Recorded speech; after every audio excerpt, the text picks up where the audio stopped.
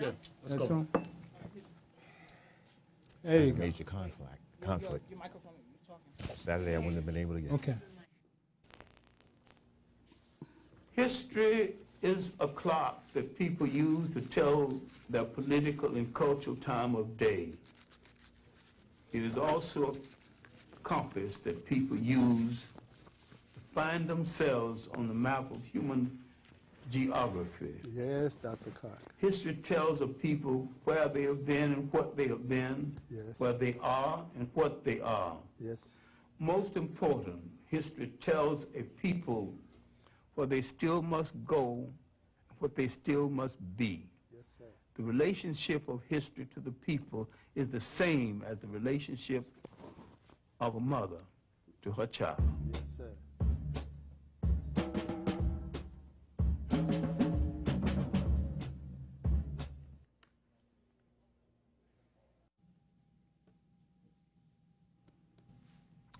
Welcome to the Gilchrist Experience. The elder that you saw just there, Professor John Henry Clark, born in 1915, raised a son of a sharecropper, taught himself how to read and write, and for Black History Month, we start off with the great historian John Henry Clark. And another one of our videographers who recorded our history throughout the time I've been around is Clemson Brown, Minister Clemson Brown. Welcome to the show, Minister Clemson Brown. Thank you. All right. Thank you. Glad to be here. Videographer and brother. What about John Henry? John Henry Clark. He was one of the most fascinating historians, researchers, and let me say storytellers. Right. Because he didn't just tell you history. He would say, now those are the facts. Now let me give you the, what did he call that? But it would be the gossip surrounding the facts. And always could keep you in stitches. I had the blessing, the great opportunity to travel with Dr. Clark all around the country, to Africa, to the slave dungeons, to Egypt. Wow. Right. Probably recorded over 100 hours of Dr. Clark. Most of it is on YouTube. And if I might say, I've been... with your label up? With yeah, Tap Video? Tapvideo.com. We accumulated over probably about 15,000 hours of history from our great historians like Dr. Clark, Dr. Ben, A.Z. Hilliard, Dr. Jeffries, Smalls, I mean, you name them. Van Sertima. From 1978 to maybe 2008 or so. Okay. I recorded along with my crew, because I didn't do it alone, just about everything that happened in the Black community, all of the demonstrations, all of the issues, the events around those issues, and so forth. And because this is Black History Month, let me open by saying African people have, without a doubt, the greatest history of any people on the globe. In fact, world history is an African story. It is the story of African people who the Creator brought into being thousands and thousands of years before other races came into being. And they traveled all over the planet, populating the planet. They were the first to study nature, to study the universe, to understand how you measure in terms of mathematics and science and engineering and all of the mathematical expressions of movement and time was brought to us, came to us through the African mind. And this was before Europeans evolved out of the caves of Europe. So when I look at the speech of Donald Trump last night, his State of the Union, and he talked about America being the greatest civilization ever, I had to laugh, because if he knew history, he would know that America and Europeans have been the greatest destructors, the greatest killers of civilization. They're not civilized today. Civilized means that you are civil, and to be civil, you know how to get along with other people. Our people were one with the universe, one with nature, one with God, one with the one energy of creation, because you can neither create energy nor destroy energy. And the energy that is here on the earth is the energy that has been here for all times, from infinity to infinity. Right. It is that energy that all of us evolved out of. All living comes out of that energy that the Africans understood, and that's why they did not worship all of these different gods, because they weren't gods. They were expressions of the different energies and aspects of the Creator, her himself. So they understood all things, and that's why they understood that if you live ma'at, that's truth, harmony, balance, then you remove self. Right. Because by living truth and harmony and balance and righteousness, you remove yourself, and the Creator flows through you. So it is not you who speak, but the Creator who speaks through you. So we were spiritual people, not religious people. Religion comes along later, when the first Europeans, which would be the Greek coming into you, Alexander the Macedonian, and wanting to be worshipped as the spiritual representations that we had, the Pharaoh and so forth. He wanted to be worshipped that way. At first, he was just totally rejected. And so was the Roman Lagi I, the Roman Emperor Lagi I. But they continued to try to find a temple that would make his image into a god. And so eventually they found a temple in Memphis, Egypt, that agreed to make his image ceremoniously into a god. So they took the attributes of the deity Apis, the sun, and Osiris, and they amalgamated those attributes and ceremoniously bestowed them on Ptolemy I Lagi. I thought the sun god was Ra.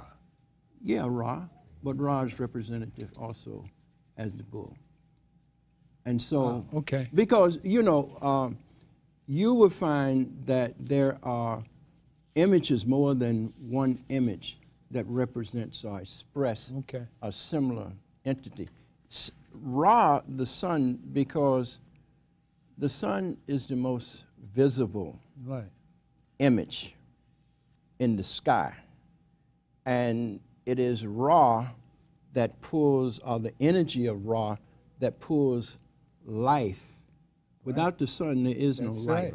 So the Africans understood the unity of all of the elements that make the living. You know, so they gave us an insight to that in the way that they express how the universe came into being. Well, when Akhenaten came into power, he chose the sun god Ra as the only god. Yeah. Right? But Yeah. that wasn't the first time that Ra had been respected and looked at and understood as a representation of the deity. From the beginning, Africans believed in the oneness of the universe. They always believed in one God, and what mixes us up, we say God, but God means a male entity. That's a European expression. But God's a female. Well, it's female and male. Well, you know, you can Him, say, her. yeah, him, her, and Yeah, that's in a better way of totality. looking at it, because it is, God has both genders, Right. male and female. And in fact, the Africans looked at the universe and they looked at the principles that guide all things in the universe. Opposites, I mean, I don't care how thin you make a pancake, it still got two sides, Graham. As Dr. Clark would say. I don't care how flat you make a pancake, it's got two sides. So they're opposites. I mean, there's up, there's down, left, right. In, out. You know, yeah, in, out. There's all. So when we are, and a lot of times when we are listening at one another, there is two sides to every story, because I may see the world one way through my eyes, and you may see it another way. It doesn't necessarily mean that both of us are right or both of us are wrong, or one of us right and one of us wrong. Life is such an intricate, delicate journey, and it's a learning experience. Yes. Yes, it is. It's definitely a learning experience. And Africans, who are the chosen people, by the mere fact that they were first, and we were here chosen millions of years before we evolved into Homo sapiens sapien. You know, what you're saying, going back to Akhenaten and monotheism, Right. and God, male and female. Even in the scriptures, God says, I suckle my children at my breast. So if God is saying in the scriptures, I suckle my children at my breast, that means he is male and female. Right. If he made Adam in his likeness and image, and he had to separate the feminine essence from the masculine essence, making male and female, realizing that this man could not function as completely as one unit, he pulled the feminine side, God pulled the feminine side of himself out of that man to make the woman, and the two come together and become one again. But when you talk about Akhenaten, we did a lecture series in Brooklyn this past Saturday at our Calvary AME Church on the black man's footprint in the world. It's our second year, myself and another brother, Fred Nurse. Maybe we'll have Fred come up one week. I might mention to the audience so they'll find out how familiar Akhenaten is. Akhenaten was Tutankhamun's father. All right, so that's where we're coming from. We're And going back- late. That's late in history. Yeah, that's very late. Yeah. All right. His daughter, Scotia, there was a rebellion in Egypt against monotheism, and she Right. took a fleet That's right. and sailed out of Egypt into the Mediterranean. They went west through the Mediterranean to the Atlantic, then turned north up into the British Island. She settled, and those Egyptians settled in a place that is called Scotland today, named after Scotia. And there is a shrine to Scotia, the Egyptian princess, in Scotland. That's where the Scottish kilt comes from, because the Egyptians wore the similar The short dress. kilt. St. Patrick is said to have rid the isles of the snakes. Right. We know the Egyptians wore the snake in their headgear. There was a purging of the land of the brown-skinned people. And through the research that we were doing, and you talk about the black man has been all over the globe. I had people look at something. I showed them a coin of an emperor of Rome from, I can't remember the year, I have it in my phone. A black emperor of Rome. Yeah. There were numerous emperors, and at one time there were three black men vying for the position of emperor. Septimus Severus became one of the leading emperors of Rome. And he had to take down the other two brothers to maintain his position. But the funny thing is that there were lords, dukes, duchesses of Germany, of Lithuania, of Austria, of Finland, running European countries from the 1100s up to the 1600s. Here, all they talk about is slavery. But black people were running European kingdoms. The Habsburg kingdom, which controlled most of Europe, was run by black people. Habsburg? The Habsburg. There were dukes and duchesses. Well, they don't in say Venice. anything about that. They don't talk about it. Of course not. But this was the research we were doing. And it's interesting because, have you ever seen a black person on a U.S. coin? The only coin that I know of, because I had it, was the Booker T. Washington $50. It came out in 1946, and I had the Booker T. Washington $50. Yeah. I had his picture. He's the only black man I've ever seen on a U.S. coin. Now, other than that, Sacagawea is on the gold dollar, the gold-plated dollar they came out with about 10, 15 years ago. The rest of the people are white. The European coinage, Germany, Great Britain, Austria, Finland, Italy, the coinage, black people.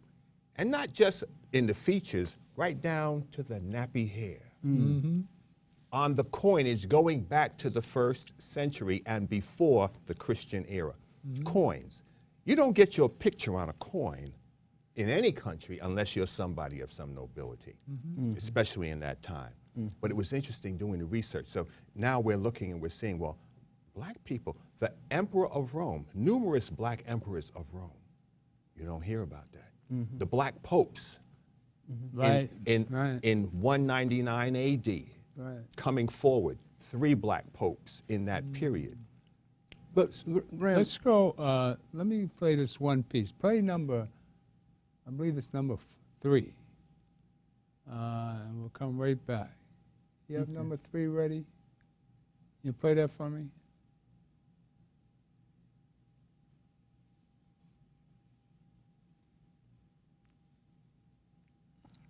Caught you off guard. well, so that we don't have dead air, there we go.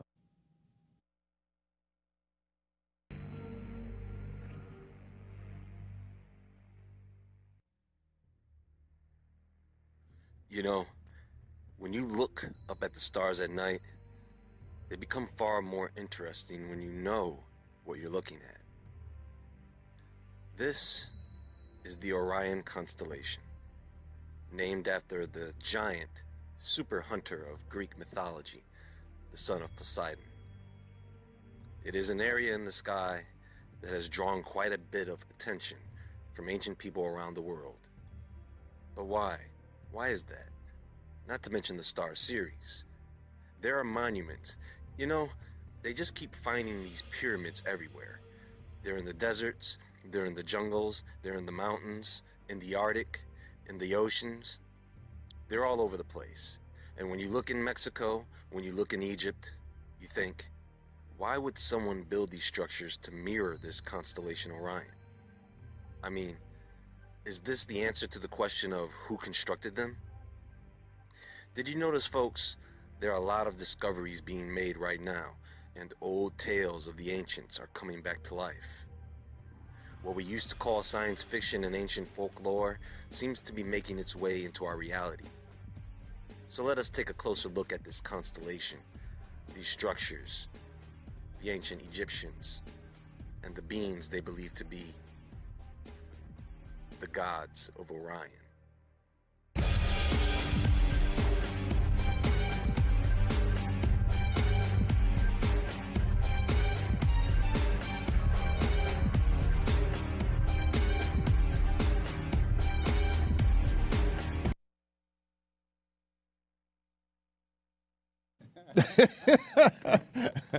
I love this piece. That's a tease. You know, I always bring that in. You took us right to the door, and then you slammed the door.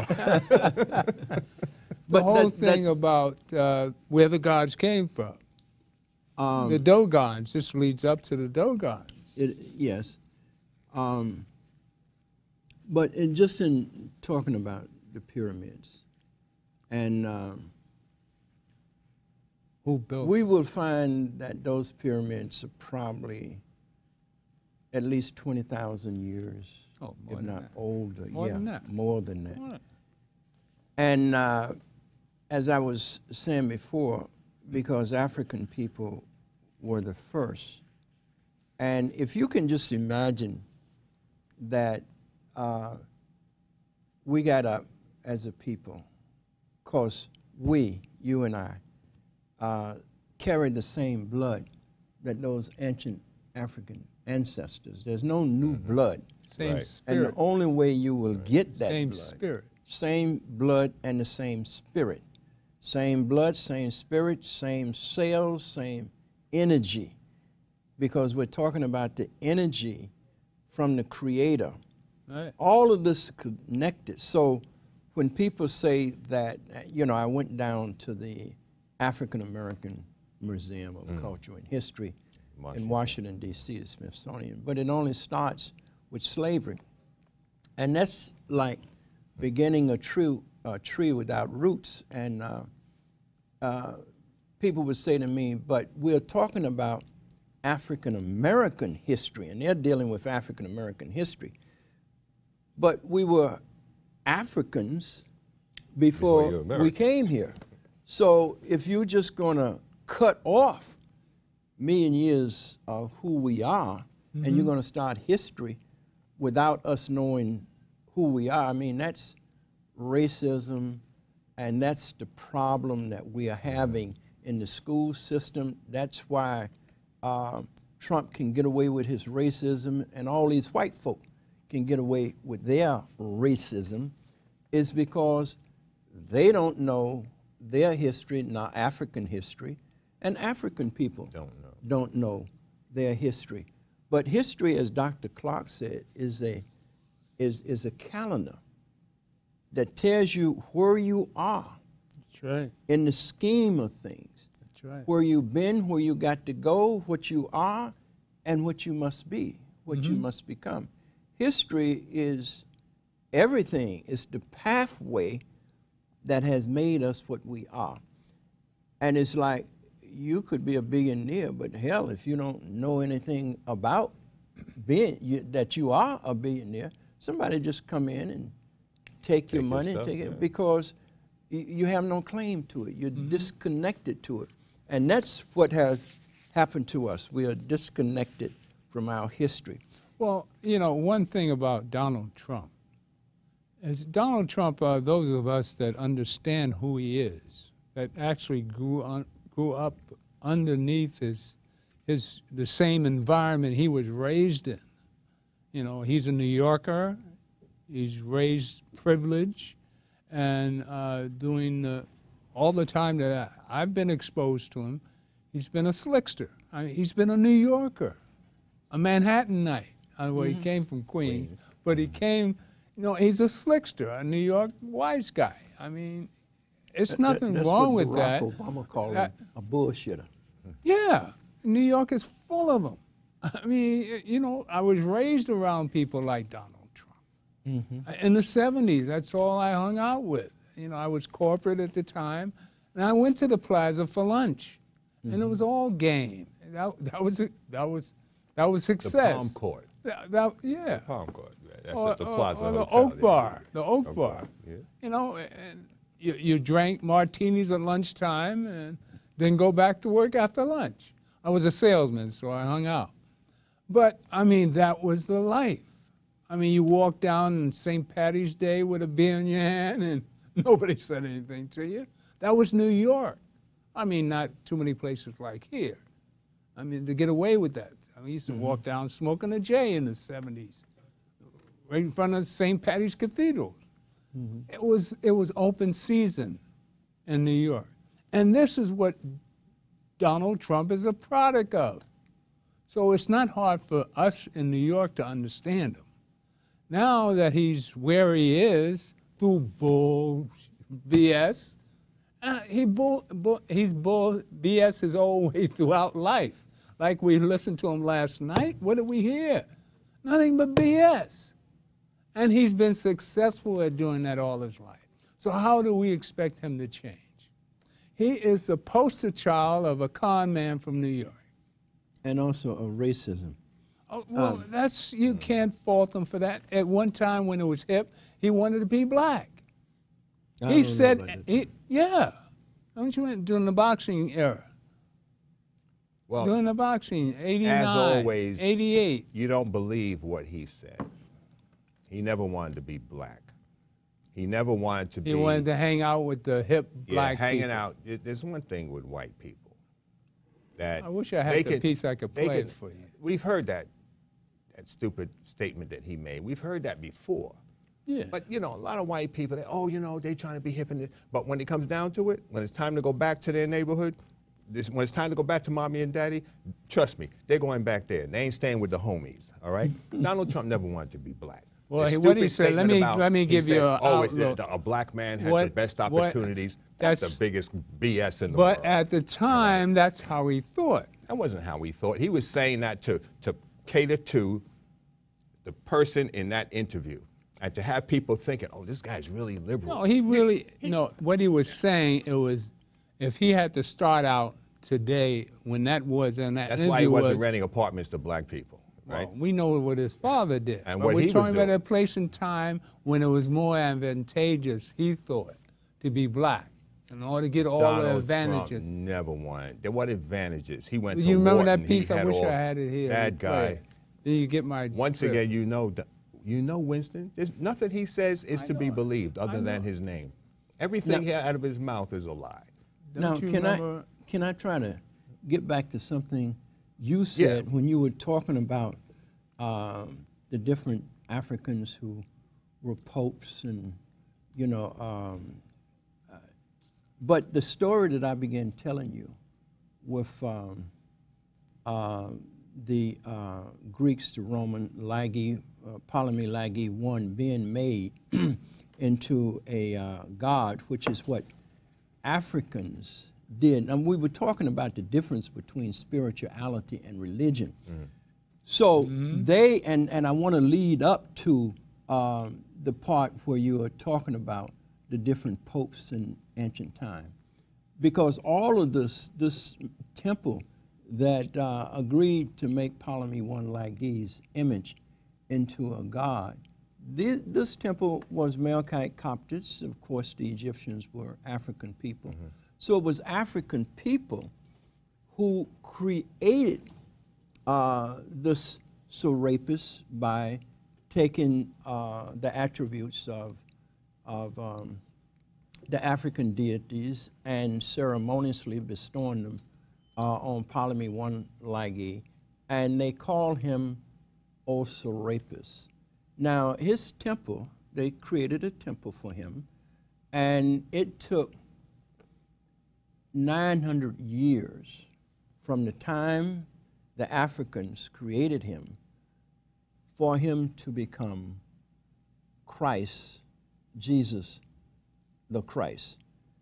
The problem that they were having, and this is the difference between spirituality and Christianity, the problem that these Melkite Coptic Christians were having in trying to get the rest of the Egyptians to worship this white image was that they said, yes. A white image? Oh, yeah. Yeah. Serapis was white. He was the image of Ptolemy I Lagi. The same white boy What are we that talking? we are worshiping We're today talking as about the Jesus Greeks? Christ. Well, we're talking about the first Roman, Okay. Ptolemy I, But Lagi, Ptolemy who was a Roman emperor. That image, his image, is the same image that we see today in the churches of the white boy with the long hair, because that was his image. Well, that's the in- Africans. That's But in Western churches. Can I finish? Go ahead. The Africans are the ones who created him, not for themselves, but for the Romans, because the Romans wanted to have a deity that both they could worship and the Africans could worship in the temples. The Africans. Give me a timeline on this. Well, What year are we talking? Well, we're talking about somewhere around 3 BC. 320, somewhere around in there. Alexander, I think, died Phase in what? what, 320? Well, it was after the death of Alexander, so we're talking about still BC time, 320. somewhere around there. 320. So the Greeks. So, but The but Greeks you have were in all- Egypt at that time. The Greeks were in Egypt. Right. 320. Right. Okay. So, but you have, the Romans and Greeks are really the same Right. people. So you have the beginning of this image created by Africans, Melchite Coptic Christians, to pacify the Roman emperor by making his image into a deity. And all of these council meetings that come later, all of them are trying to make this image acceptable to the larger community of Africans, Okay. Egyptians. So you have the Council of Nice, 325. You have The Nicaeans. the Nicene Council, 325. But you don't really get a Jesus until the Council of Ephesus in 431. The difference and what they fought over most was that this image did not have a human nature. They said, yes, we ceremoniously created him, but he wasn't born of a woman, and therefore he is not, can't be a divine human creature, because he's a created creature. When they said Jesus is the Son of Man, well, man created him. But, and you get all these councils, all this fighting, finally you come up with the council of Theotokos. You lost me. You lost me. Yeah. Okay, well, let me... We're talking about the Greeks in 300 BC. Then you mention, what, The 300 The AD? Nicene- Yeah, because it didn't happen overnight. No, you're talking about 300 AD now, when Jesus was, the Christian church was established? Yeah, I'm saying Jesus does not become Jesus until the Council of Ephesus in 431 AD. AD. And the way that they made him, the way that they did that was, finally they took out the image of Isis, Okay. which is the, you had Isis, which was worshipped throughout Egyptian history. Right. And Which you we have here. And you bring in the Virgin Mary, the concept of the Virgin Mary, Theotokos, Mother of God. So now we give Jesus a mother so that he can be accepted by those who rejected him, the monocytes, because he only had one nature, and that's the nature that was bestowed upon him through a ceremony. But he wasn't born that way. So you can jump off on this in a lot of ways, but that's where we finally get Jesus coming out. So what I'm saying is that during that whole period, Africans are the leaders of the church. Yeah. They built the first Christian church, the Hagia Sophia. That's the first Christian church in Turkey. It was Africans who built that. It does not, they don't lose it until it's transferred to Rome. And it was Africans who built Rome. Absolutely. Because Absolutely. they were the great engineers. We just finished seeing the pyramids. Precisely. That's who we were back in those days. We were the leaders and the builders of all. So when you talk about going into Europe in the 1700s and building, going back to How about the Moors? prior to the first Crusades. How about the That's Moors? what Prior we're to, talking about. yeah, prior to 711, when they go across the Let's talk a little Strait bit of about the Gibraltar. Moors and what was Europe like at, 700 AD when the Moors came to Europe? You was had in the the Dark Visigoths, Ages. you had the Vandals that had come all through the Iberian Peninsula. And what had happened was, I can't remember who the king was in northern Africa, but his men had done recons and came back and told about the Visigoths who were coming down to Gibraltar. He said, all right, we're going to stop them right where they are. He went over with 30,000 men roughly and wiped them out there. And within 2 years, they had already made their way up to, I can't remember the city in Spain. It's not Madrid. But they made their way up into northern Spain. And from Spain, they continued on up. They went up into as far as France. Now, they got held up in France. But what they did was they brought technology. They brought architecture.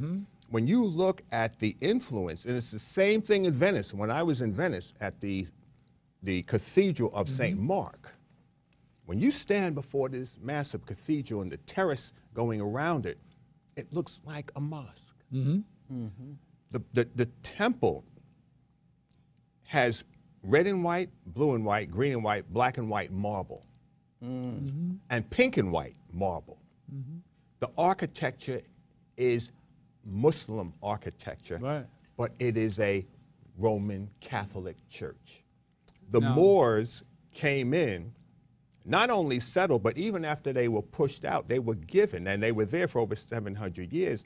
These Africans, as you said, built Rome. The Romans did not build anything. They had no technology. How about the road? They became, the Greeks became sculptors because they learned sculpting from the Egyptians. And they developed Romans were it. master builders. They were not the builders. Who? African men were brought in from North Africa, and they were not slaves. These were artisans, and they were on the highest social level of the European structure, just under nobility, because the Europeans didn't know how to build. When the Europeans descended into Africa and saw the great cities that were in, not only in Egypt, but all the way across to Mali, the great cities of 50 and 100,000 people, the Brits were living in twig shacks. They had never seen that before. So they brought and enticed these men. As a matter of fact, I wish I had the stuff with me because they have in Europe, you know, when I travel through Italy, there's no white Jesus in Italy. The Madonna is black. Matter of fact, in Russia, you go to Russia, there's no white Jesus in Russia. There were black czars and princesses in Russia. Putin. Any place you go through Europe, there were black people running governments, and I'm going back to 1000 AD coming forward. Once the Moors moved north, and with the Romans and the Greeks, the people coming up out of the Fertile Crescent came from the east. So the Africans enveloped Europe from both sides. They brought health care, they brought sanitation, they brought irrigation and farming. They brought everything that they learned. And over the period of years, they had to whiten up the environment. And there was a time when they were exported, but they were put on ships and sent from the British Isles to the Caribbean. They had to get rid of them, put them on ships and sent them to the Caribbean. Not as slaves, as free people, but they wanted to get rid of all of the black influence. There's even the artwork. They scanned some artwork here at the Metropolitan Museum of Art of, I think it was Philip V. And one great way of seeing who's who, Look at their artwork. The paintings of the royalty of Europe, they show black people. Now, there was one where the guy was lightened and they talked about the mulattoization of the history. They took pictures of this King Charles V, and he went from a dark black man to almost a mulatto. They scanned, the Metropolitan Museum of Art did a scan of the painting, and they found the black paint underneath the whitened picture. So they were doing this with all of the artwork through Europe because they did not want the African presence identified with the development of Europe.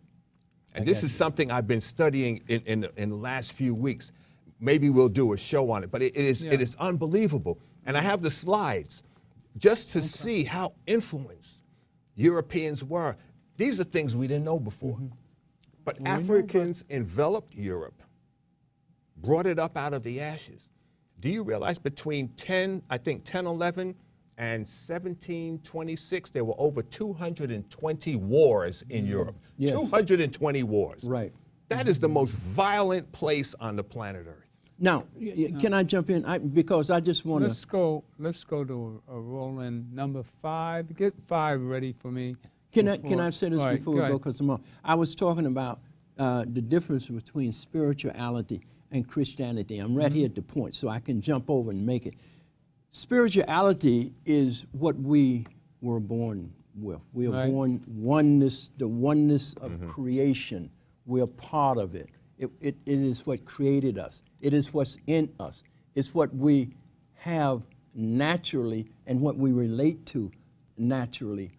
But Christianity pulls us out of ourselves into our relationship with a deity that never existed. It is the O Serapis, which comes to us in 431 AD, when finally he was given a mother, the Virgin Mary, and became then accepted as Jesus the Christ. So Christianity pulls us out of our natural spiritual being and tells us that every knee must bow and every tongue must confess that Jesus is Lord, and the only way we can get back into the oneness of creation, back to God, is to go through this created entity called Jesus. And that is religion. All of these, you see, all religions come out of Africa. Africa Africa is the foundation for all of these religions, but they all come out of first an understanding of the oneness of creation, the oneness that we knew and understood and went. And then we come out into Jesus, into Muhammad, into all of Buddha, into all of these religions, but they're taking you to an individual and his life experience for him to become one with the Creator and telling you that these paths are how you get back to being one with God when you're already one with God. You are born one with God. Wait a minute. How can you in 420? Wait a minute. Now, we as elders have gone through these changes, you know, finding the righteousness or the spirituality right within you. Now, I'm given the name of Gilchrist. You know, my name means worker for Christ. All right. When I was 14, this name was explained to me that it meant worker for Christ. Now, I was 14 years old and in high school, 14, mind you, the same year Emmett Till was killed. All right. So the teacher, we had a substitute teacher, and we wrote all our names down on a yellow pad. It was an English class.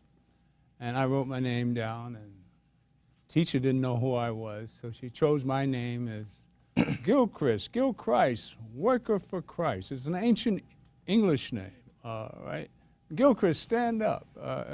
Who's Gilchrist? and I stand up in the middle of a class. It was half black, half white. We're talking about 1955, all right?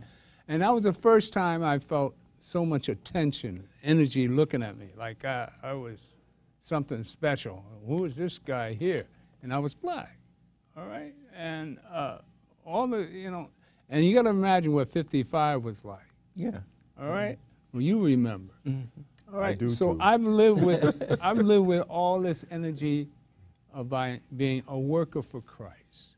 Now, when you talk about, you know, now I've been labeled that, but I always, hell, when she told me that, I said, I don't want to be a priest. I don't, you know, those were the Catholics ran New York at the time, and everybody was very religious, and everybody stuck to, you know, the rules. You know, you had to be straight. You know, you can do everything right. You know, no sex before marriage. You remember those days? You know. Yeah. And we were pretty puritanical, and so I was raised with this energy of. I went to church. I was raised in church. Went to Convent Avenue Baptist Church as a child. I remember, you know, feeling the energy of the 40s and feeling the spirit energy in the 40s and the 50s in convent. And I'm saying all this to say that really it took me quite a while to find out. I always knew God was in my life, and spiritual energy was always around me. I felt special from that one comment. I felt I was psyched after that. I knew I had, but all of us have a spirituality, a God center within us. Now you see me say all the time, the God in me loves the God in you. And that's not just that's through years of exposure. Now remember, I was in the pulpit for 15 years. There you go. Before Dr. Ben came to there you the go. House of But Lord you're one speaking Sunday. like Christ, you found out. No, even you go to Philip Valentine. He was raised a Catholic. yeah. You know, a lot of us are strained because of the church and the way it's built, and organized religion takes you away from the concept of Christ. Now, if you're a real Christian, you try to be Christ-like. No, that's the whole principle of being a Christian. If to you're be Christ-like. If you're saying that this notion comes up in 4 something AD, Josephus wrote about the events, and he wasn't writing scripture. He was a historian. Now, when did he write? I'm not sure of the period, but my point I'm getting to is this: the biblical and historical accounts of Christ don't come about with the advent of this person that you're talking about here in the 4th century AD. Well, Paul was even asked. Paul of Tarshish, who was being stoned in Jerusalem when the Roman centurion saved him from a mob, and they were taking him into the castle. He said to the captain of the guard, he said, "Can I have a word with you?" And the captain turned and said, "You speak Greek?" He said, "Yeah, I speak Greek. I speak Hebrew. I speak Aramaic." He says, "I'm a Roman citizen." Paul, who wrote most of the New Testament. Right. And the guy looked at Paul. He said, "Are you the Egyptian that started the rebellion where 400 of our men went off into the wilderness and were slaughtered?" Paul was a black man. He didn't call him an Egyptian because he looked like a Berber. He called him an Egyptian because he was black. Right. And this is after the death of Christ, all right? Okay. Paul got to plead his case before Caesar in Rome. As a Roman citizen, he had that right. All of the accounts of Christ predate that 400 date. The men, matter of fact, all of the apostles that followed him, I think only one died a natural death. And if he were not real, well, why would you have yourself butchered, slaughtered, tortured for somebody that didn't exist? Because that you yourself walked with. What I'm saying, don't you feel that? No, I want to make the statement right here. Do you feel the Christ in you? None of that existed Jesus never existed. That's what a I mean. historical fact. That's no, what I'm saying. It's not a historical It fact. is we'll come back with that. well, That's what I'm you know, saying. That's why I brought this story up. Yeah, I know. About And when we did can you argue find this that and out? argue We're this. not When did arguing. you- We're going to present. No, We're well, gonna present. present I'm to me, saying and I'll when you were a present to minister you. for 15 years, did you believe in Christ then? I did. One Sunday, Dr. Ben came up to me and What were you trying to be? Weren't you trying to be, as a minister, weren't you trying to be Christ-like? hear me out. Hear me out. Were you trying to be Christ-like? Absolutely. Okay. When Dr. Ben came up to me after the service, Dr. shook my Ben. hand, pulled me to him, and said to me, Minister Brown, why don't you stop lying to these people and come and go with me to Egypt and learn the truth? Okay. And for the next 9 years, I traveled up and down the Nile with Dr. Ben. Everything that you see in the Bible, you can find its antecedent in the Nile. Everything. Sure, the And Bible's not. What we have, and I'm just going to lay this one major piece out, is that Africans have believed in my art for thousands of years. My art is truth, harmony, balance, and justice. All of what we see in terms of knowledge proceeded everything that you have in the Bible. But those characters in the Bible never really existed. This, you know, you begin to get them being created. But the reason why I gave you that little history of my exposure, because I understand exactly what you're talking about. I've heard this argument before. But see, you don't lose the spirituality in you. No, Don't I lose told that you, Christ center. Listen, Don't forget the message. it is not. Never mind the it is preacher not in the Christ-centered. pulpit might be taking money from. No. Never mind the frauds that are out here. The devil's in the church.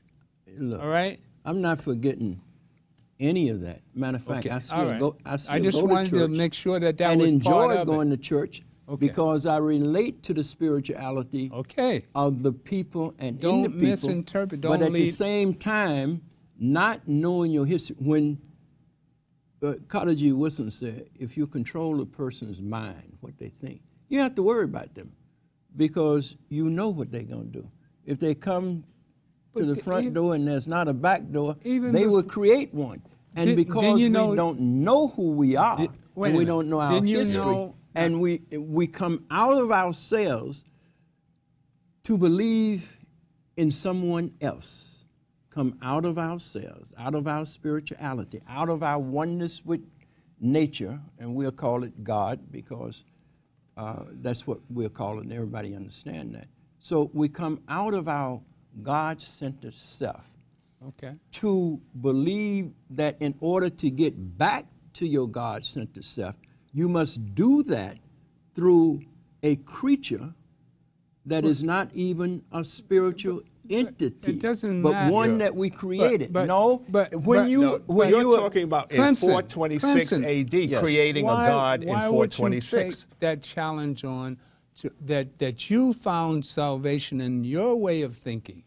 Now you take everybody else out here who's listening to what you're saying, and then you try to turn them against the way they believe in their spirituality within themselves. I gave you the example of my name, Gilchrist. Now, there's no way in the world I can't believe in Christ. But I understand what you're saying. All right, a lot of people say Jesus never existed. All right, I've heard that story. But see, in my heart, I know there's a Christ because I've followed those principles all my life. I find out the spiritual. I look in the mirror and talk to God.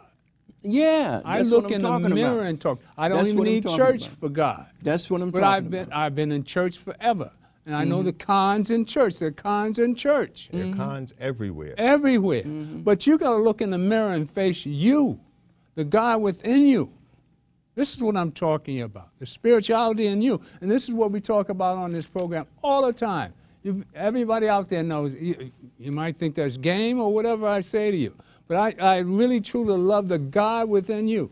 Because we all got that spirituality. On Black History Month, it especially comes out. Because Jesus was black. Jesus looked like me. I'm driving down the street last week. I'm on Albany Avenue. and there's a car parked, and I noticed the plate. I stop, I back up. It's a Satan worshiper. The plate said, "Hail Satan, 666 something," but and had the pentagram.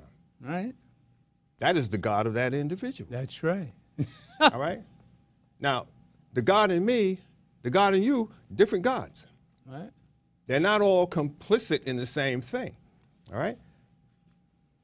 You said they took the image of this one and that one and constructed something. That's not a God. That's an image. That could be a cup. That could be a statue. Just like statues sitting in the church. That can't do anything for you. Praying to a figure can't do a bloody thing for you, especially if your knife and hand carved it. It can't do anything for you. That's just what they call, you've heard it, a graven image. It's an idol. It's whatever it is. Praying to a piece of wood that's formed like somebody whose face looks like the face that somebody took off or something, whether Michelangelo used his brother-in-law's face to paint Jesus. That ain't Jesus, all right? It ain't Jesus. So all of that stuff, formulating a God and putting him up there, I don't care what you want to call him, Bo Peep or whatever, that ain't a God. That's a statue that you just carved out and put up there, and you're telling people pray to this. God never said anything about a statue, and he doesn't have a body. Because he's spirit, and that's what we're talking about. Right. God is spirit. Spirit right. moved everything in the universe. Spirit brought everything into being. Spirit. You can't see the Creator. The Creator is not in a painting. He's not in a statue. He can only reside within the individual. Amen. That's what I'm saying. We can kind of agree on all right. of this because that's what I started out to you.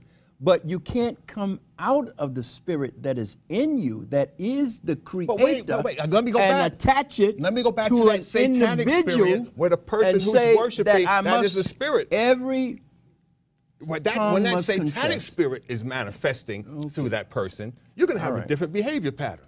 Okay. When I was a cop working, I encountered people that were under demonic oppression. 4 or 5 cops are trying to get one guy handcuffed and couldn't get him handcuffed. And I walked up and I said 3 or 4 sentences to this guy. They said, no, he's dangerous. Step back. Because they didn't have the spiritual authority to address the issue.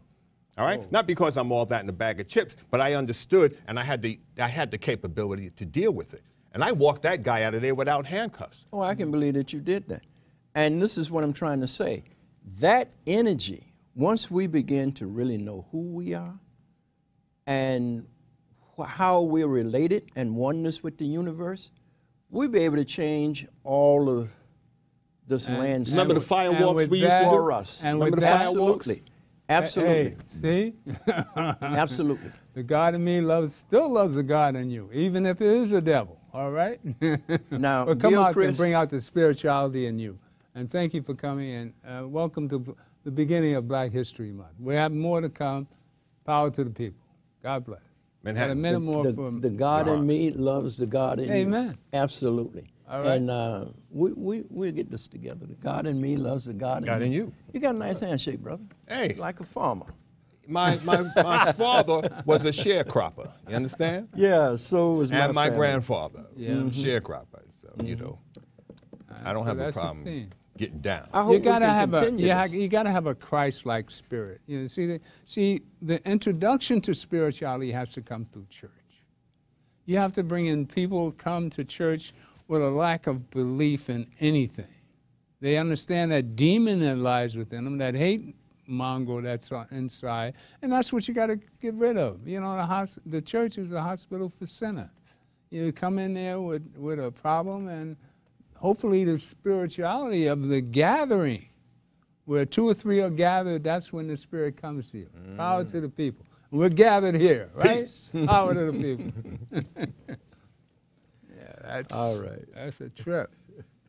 What was in your water? Trip.